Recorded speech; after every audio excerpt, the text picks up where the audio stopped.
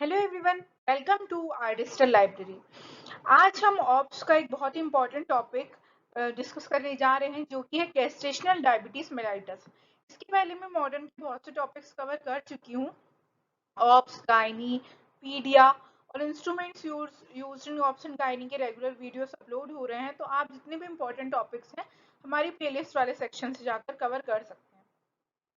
अब देखते हैं गेस्टेशनल डायबिटीज मेलाइटस होता क्या है। गेस्टेशन मतलब ड्यूरिंग प्रेगनेंसी जो डायबिटीज फीमेल को होती है उसको हम गेस्टेशनल डायबिटीज मेलाइटस कहते हैं। Definition and magnitude. GDM is defined as carbohydrate intolerance of variable severity with onset or first recognized during the present pregnancy. यानी गेस्टेशनल डायबिटीज मेलाइटस या जीडीएम को हम कार्बोहाइड्रेट या फिर ग्लूकोज इंटॉलरेंस कह सकते हैं, जो कि प्रेगनेंसी के समय हमें रिकॉग्नाइज होता है। उसके पहले उस फीमेल को कोई भी डायबिटीज के कोई भी साइन एंड सिम्टम्स नहीं होते, पर ड्यूरिंग प्रेगनेंसी ये चीज डेवलप होती है। और जनरली हम इसको जो रिकॉग्नाइज करते हैं वो फर्स्ट ट्राइमेस्टर ऑफ प्रेगनेंसी में ये रिकॉग्नाइज होता है। ये टाइप 1 और टाइप 2 डायबिटीज से बिल्कुल अलग है। वर्ल्ड वाइड इसके केसेस देखे जाते हैं। जनरली रेशियल ग्रुप्स या फिर जो ब्लैक वुमेन्स, डार्क कॉम्प्लेक्शन है साउथ अफ्रीकन वगैरह का, उनमें ये चीज जो है वो ज्यादा अमाउंट में देखी जाती है। तो पहले हम समझते हैं कि नॉर्मल ग्लूकोज मेटाबॉलिज्म क्या होता है, यानी ग्लूकोज मेटाबॉलिज्म एक नॉर्मल प्रेग्नेंट वुमेन में क्या होगा। तो जब एक वुमेन फूड इंटेक करती है तो वहां पर ग्लूकोज का लेवल उसकी बॉडी में बढ़ता है, जिसको हम बोलते हैं हाइपरग्लाइसीमिया। देन हाइपरग्लाइसीमिया होने की वजह से जो पेनक्रियास की बीटा सेल्स हैं वो इंक्रीज करती है इंसुलिन का सिक्रीशन। इंसुलिन जो है वो अपने टारगेट सेल में जाकर अटैच होता है और वहां से जो भी ब्लड का ग्लूकोज था वो सेल के द्वारा अपटेक किया जाता है, यानी ओवरऑल ब्लड में ग्लूकोज का लेवल कम हो जाता है। और ये जो ग्लूकोज है, डिक्रीज ब्लड ग्लूकोज है, वो फीटस के द्वारा रिसीव किया जाता है एडिक्वेट अमाउंट में, नॉर्मल अमाउंट में, और यहाँ पे ये रिस्पॉन्सिबल होता है for normal growth of foetus. Next है कि ग्लूकोज मेटाबॉलिज्म कैसे चेंज होगा pregnant women with gestational diabetes mellitus. तो कंडीशन वही है, फूड इनटेक किया मदर ने, वहां पर हाइपरग्लाइसीमिया की कंडीशन हुई, इंक्रीज हुआ इंसुलिन जो कि पैनक्रियास की बीटा सेल से सिक्रीट होता है। अब यहाँ पर कंडीशन ये बनती है कि due to various hormones of placenta यहाँ पर एक इंसुलिन रेजिस्टेंस डेवलप हो जाता है, यानी टारगेट सेल्स जो है वो इंसुलिन को अटैच नहीं होने देती, जिसकी वजह से ब्लड में ग्लूकोज का लेवल वैसे का वैसा बना हुआ होता है, मतलब सेल उसको अपटेक नहीं कर पाती ग्लूकोज को, और ब्लड में हाइपरग्लाइसीमिया की कंडीशन मिलती है। तो इसी वजह से जो बढ़ा हुआ ग्लूकोज लेवल है ब्लड में वही फीटस तक ट्रांसफर होता है by the help of placenta. और यहाँ पर फीटस की जो पैनक्रियास है वो ज्यादा अमाउंट में इंसुलिन सिक्रीट करती है, और यहाँ पर जो ग्रोथ है बेबी की वो बहुत ज्यादा हो जाती है, यानी इसको हम बोलते हैं फीटल मैक्रोसोमिया, यानी फीटस की जो ग्रोथ है वो बहुत ज्यादा हो जाती है। अबाउट 4.5 4 kg से भी ज्यादा जो है वो बेबी का वेट हो जाता है at the time of birth. तो ये कंडीशन थोड़ी खतरनाक होती है, इंजरी कॉज कर सकती है। यहाँ पर मैटरनल साइन एंड सिम्टम्स भी हमें देखने को मिलते हैं जीडीएम में डायबिटीज के। इसको हम 4 पीस से डिफाइन करते हैं, लाइक पॉलीडिप्सिया, एक्सेसिव थ्रस्ट लगेगी, पॉलीफेजिया यानी बार बार उसको भूख लगेगी, पॉलीयूरिया एक्सेसिव यूरिनेशन होगा, और पैरेस्थीसिया ये कंडीशन थोड़ी रेयर है जिसमें नर्व्स में टिंगलिंग सेंसेशन वगैरह होता है।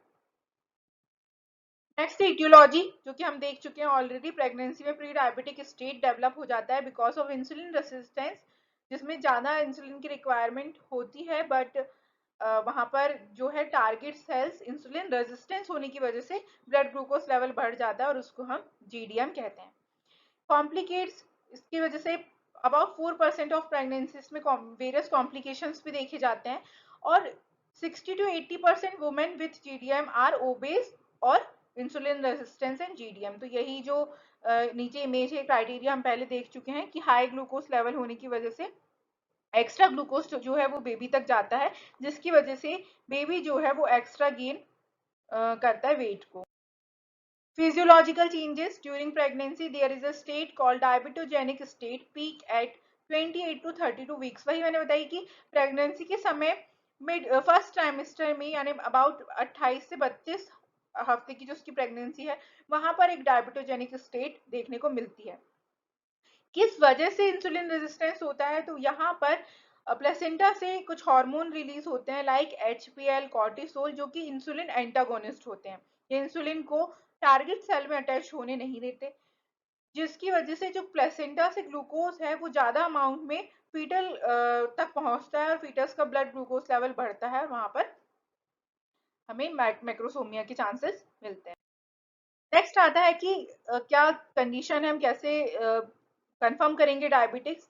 तो फास्टिंग और post prandial venous plasma sugar हम लेते हैं। फास्टिंग कंडीशन में यदि 100 मिलीग्राम पर डेसीलीटर से कम वैल्यू आ रही है शुगर की, और पोस्ट पेरेंडियल यानी after meal less than 145 milligram per decilitre है, तो नॉन डायबिटिक स्टेट में है। फिर फास्टिंग में यदि glucose level 125 milligram per decilitre से ज्यादा है और पोस्ट पेरेंडियल में 200 मिलीग्राम पर डेसीलीटर से ज्यादा है, तो हम उसको डायबिटिक स्टेट बोलेंगे। और यदि यहाँ पर एक एवरेज निकल रहा है about 100 to 125 milligram per decilitre in fasting और 125 to 200 milligram per decilitre in post prandial, तो इसको हम बॉर्डर लाइन इंडिकेट करते हैं डायबिटिक की और डायबिटीज की, और हम यहाँ पर ग्लूकोज टॉलरेंस टेस्ट के लिए उसको प्रेफर करते हैं। नेक्स्ट है प्रेगनेंसी की pathophysiology. Glucose is a teratogen at high level, यानी हाई लेवल पे यदि ग्लूकोज फीटस तक जा रहा है तो वो एक टेरेटोजन यानी हार्मफुल सब्सटेंस की तरह उसके लिए वर्क करेगा। यहाँ पर जो ग्लूकोज है वो प्लेसेंटा से इजीली क्रॉस हो जाता है, बट इंसुलिन क्रॉस नहीं कर पाता प्लेसेंटा को, और इंसुलिन रेजिस्टेंस होने की वजह से यहाँ पर जो है वो इंसुलिन के चैनल्स ब्लॉक हो जाते हैं, हम देख चुके हैं, और यहाँ पर फीटल की ज्यादा ग्रोथ देखने को मिलती है। फिर subsequent increase in insulin resistance causes maternal glucose level to increase 80% of non pregnant women. और जनरली जो जीडीएम होता है वो प्रेगनेंसी के बाद डिसअपेयर हो जाता है अपने आप। Effect of diabetes on pregnancy, क्या क्या हो सकता है डायबिटीज की वजह से प्रेगनेंसी में, तो मेजर चांसेस होते हैं कि एबॉर्शन हो जाए, बिकॉज बेबी का जो साइज है बहुत बहुत ज्यादा इंक्रीज होता है, जिसकी वजह से जो यूट्रस है वो उसको हैंडल नहीं कर पाता, तो यहाँ पर एबॉर्शन, प्री टर्म लेबर होने के चांस होते हैं। मदर को इन्फेक्शन हो सकता है, increase incidence of pre eclampsia, polyhydramnios. अब पॉलीहाइड्रोमनियास कंडीशन क्यों होगी, यहाँ पर ये समझना इंपॉर्टेंट है कि जब फीटस को हाइपरग्लाइसीमिया होगा तो वहां पर वो एक्सेस यूरिन पास करेगा, यानी जो ऑस्मोसिस डायूरिनेशन है वो वहां पर बढ़ जाता है, जिसकी वजह से पॉलीहाइड्रोमियास यानी एमनियोटिक फ्लूइड की जो वॉल्यूम है वो भी बढ़ जाएगा, तो यहाँ पर पॉलीहाइड्रोमियास की कंडीशन देखने को मिलती है। मैटरनल डिस्ट्रेस हो सकता है, diabetic retinopathy, diabetic nephropathy, diabetic ketoacidosis, shoulder dystocia, prolong labour, post postpartal haemorrhage और परप्यूरल सेप्सिस एक प्रकार का इन्फेक्शन है, ये हो सकता है मदर को। Next foetal and neonatal hazards, यानी तीन प्रकार से यहाँ पर कॉम्प्लिकेशन देखने को मिलते हैं मदर में, जो हम पहले देख चुके हैं इसकी पहले वाली स्लाइड में। फीटल में क्या क्या हो सकता है, तो फीटल मैक्रोसोमिया यानी excessive growth of foetus, congenital malformation यानी जो फीटस में बहुत सारी डिफॉर्मिटी देखने को मिलती है, बर्थ इंजरी हो सकती है मदर को भी और फीटस को भी, ग्रोथ रेस्ट्रिक्शन हो सकता है और फीटल की डेथ भी हो सकती है। नियोनेटल यानी आफ्टर बर्थ क्या क्या कॉम्प्लिकेशन देखने मिलेंगे ड्यू टू डायबिटीज, तो यहाँ पर होगा हाइपोग्लाइसीमिया। ये समझना इंपॉर्टेंट है कि फीटस में ड्यूरिंग प्रेगनेंसी यानी जब वो मदर के वूम में था तो वहां पर उसमें हाइपरग्लाइसीमिया की कंडीशन डेवलप हुई थी। आफ्टर बर्थ भी उसके बॉडी में मतलब हाइपरग्लाइसीमिया की कंडीशन है, वहां पर इंसुलिन उसको ज्यादा चाहिए, बट ड्यू टू प्लेसेंटा से वो सेपरेट हो चुका है आफ्टर बर्थ, तो वहां पर उसको उतनी अमाउंट में ग्लूकोज नहीं मिलेगी जितनी उसकी बॉडी को रिक्वायरमेंट है, तो वहां पर ग्लूकोज का लेवल उसकी बॉडी में कम हो जाएगा, तो यहाँ पर हाइपोग्लाइसीमिया की कंडीशन देखने को मिलती है after birth. Respiratory distress syndrome हो सकता है उसको, हाइपरबिलिरूबिनिया हो सकता है, पॉलीसाइथीमिया, हाइपोकैल्शियमिया और हाइपोमैग्नीशियमिया भी हो सकता है आफ्टर बर्थ बेबी को। नेक्स्ट होता है कि मैनेजमेंट हम कैसे करेंगे गेस्टेशनल डायबिटीज का। तो 3 मेजर फैक्टर्स यहाँ पर वर्क करते हैं। पहला है डाइट एंड एक्सरसाइज, सेकंड है मेडिकेशंस, और थर्ड है कि हम यहाँ पर इंसुलिन थेरेपी देंगे। तो डाइट एक बहुत ही इंपॉर्टेंट है फैक्टर, क्योंकि diet and exercise, because obesity होने के चांसेस गेस्टेशनल डायबिटीज मेलाइटस की वुमेन को ज्यादा होते हैं। तो यहाँ पर हमको डाइट में स्पेशल फोकस करना है।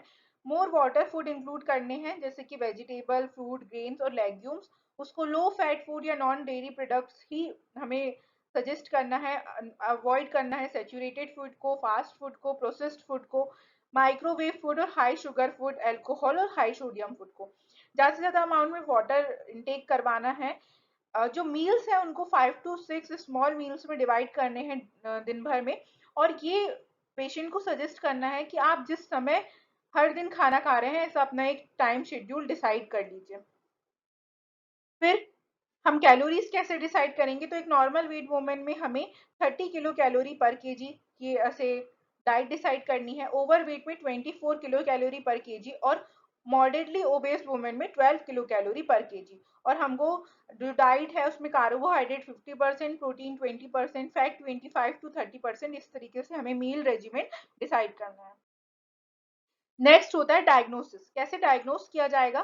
तो 2 स्टेप स्ट्रेटेजी होती है। सबसे पहले 50 ग्राम ओरल ग्लूकोज चैलेंज हम देते हैं और सिंगल सीरम ग्लूकोज मेजरमेंट करते हैं एट 1 आवर। यदि ग्लूकोज का लेवल 7.8 मिलीमोल पर लीटर या फिर less than 140 milligram per decilitre आएगा, तो हम उसको नॉर्मल कंडीशन रिकॉग्नाइज करेंगे। लेकिन यदि ग्लूकोज का level greater than 7.8 millimole per litre या फिर greater than 140 milligram per decilitre आता है, तो वहां पर हम फिर से 100 ग्राम ओरल ग्लूकोज चैलेंज और सीरम ग्लूकोज मेजरमेंट करते हैं at fasting state after meal, मतलब 1 आवर, 2 आवर और 3 आवर्स तक हम इसको नोट करते हैं वैल्यूज। यदि फास्टिंग स्टेट में less than 105 milligram per decilitre value आती है तो नॉर्मल है। यदि 1 आवर के बाद 190 से कम वैल्यू आती है तो नॉर्मल है।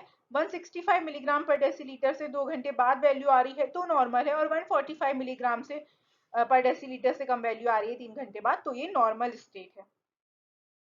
स्क्रीनिंग, स्क्रीनिंग बहुत ही ज्यादा इंपॉर्टेंट है for gestational diabetes mellitus, specially in Indian womens, because वो हाई रिस्क कंडीशन में होती हैं। तो यहाँ पर भी 3 ग्रुप डिवाइड किए गए हैं, low risk groups, intermediate risk group और हाई रिस्क ग्रुप्स। तो लो रिस्क ग्रुप में क्या आएगा।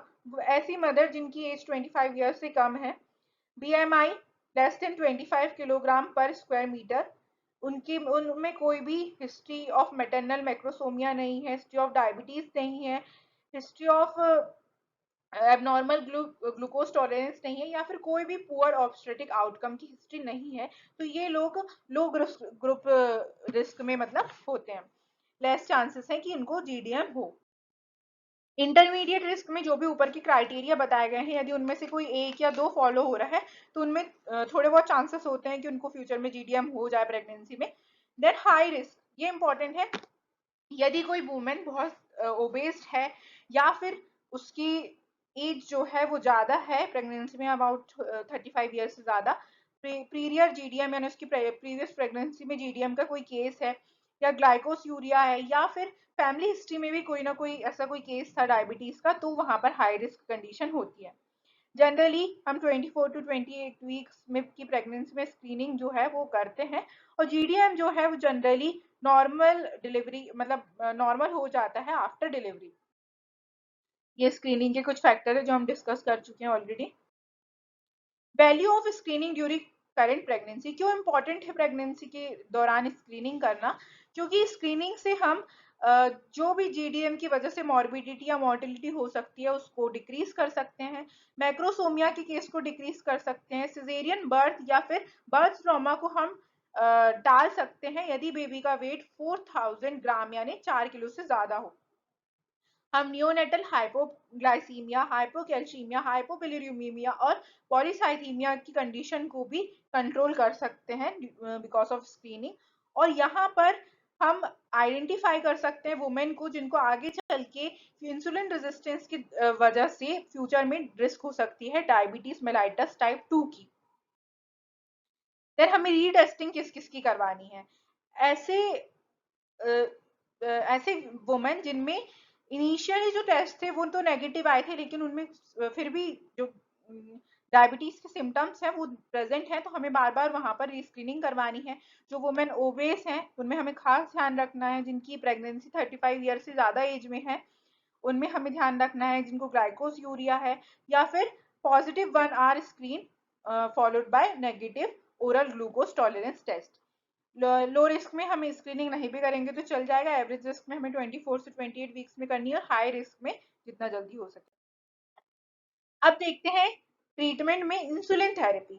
तो यहाँ पर हम first dose of insulin decide करते हैं according to patient's weight. First trimester में हमें वेट से 0.7 का इंटू कर मतलब मल्टीप्लाई करके वहां पर वैल्यू निकालनी है और उस उतना इंसुलिन उसमें इंसर्ट करवाना है। सेकेंड ट्राइमेस्टर में वेट इंटू 0.8 और थर्ड ट्राइमेस्टर में weight into 0.9। Medical nutritional therapy क्या होनी चाहिए, तो यहाँ पर सबसे पहले हम मेटफॉर्मिन भी ड्रग दे सकते हैं। नेक्स्ट 30 किलो कैलोरी पर केजी की एक आइडियल बॉडी वेट होना चाहिए। 40 to 45% कार्बोहाइड्रेट होना चाहिए मील में। 6 to 7 मील्स होनी चाहिए डेली। बेड टाइम स्नैक्स जो है वो कीटोसिस को प्रिवेंट करता है। कैलोरीज चार्ट हमें डिसाइड करना है ताकि मैटरनल वेट गेन और फीटल वेलबिंग के लिए ये इंपॉर्टेंट है। और आफ्टर प्रेगनेंसी यानी lactation up to 6 months of lactation additional 200 calories हमें प्रेग्नेंट वुमेन की मतलब जो लेडी है उसकी मील में ऐड करना है। फीटल मॉनिटरिंग कब कब करनी है, तो फॉर बेसलाइन अल्ट्रासाउंड हमें करवाना है फीटल की साइज के लिए। एट 18 to 22 वीक्स में हमें मेजर मालफॉर्मेशन या फीटल इकोकार्डियोग्राम करवाना है। 26 वीक्स में ग्रोथ एंड लेकर वॉल्यूम के लिए, और थर्ड ट्राइमेस्टर के में frequent USG for accelerated growth या एब्डोमिनल हेड सर्कमफेरेंस के लिए हमें यूएसजी करवाना है थर्ड ट्राइमेस्टर में। नेक्स्ट आता है insulin management during labour and delivery. कैसे इंसुलिन देना है, तो usual dose of intermediate acting insulin is given at bed time. Generally bed time रात के समय ही इंसुलिन का डोज देना है। मॉर्निंग डोज हमें अवॉइड करने हैं। IV infusion of normal saline हम दे सकते हैं।